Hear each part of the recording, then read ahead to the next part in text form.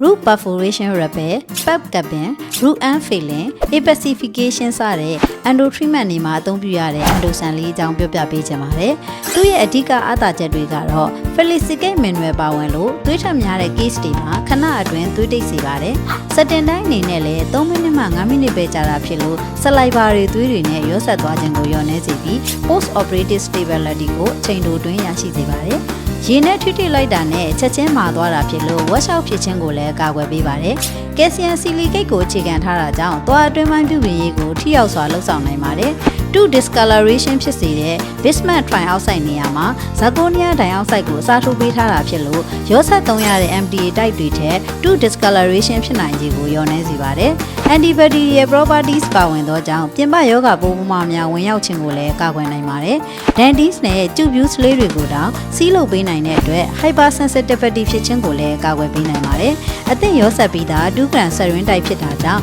လူနာ10ယောက်ကျော်အထိအသုံးပြုနိုင်ပြီးအသုံးပြုပြီးတာနဲ့စီးလေးပိတ်ပြီးလွယ်ကူစွာသိမ်းဆည်းထားနိုင်ပါတယ်။ endosan premix လေးကိုတော့ယခုလအတွင်းဝယ်ယူပါက special promotion လေးလည်းရှိတာကြောင့်အမြန်မှာယူထားလိုက်ကြပါနော်။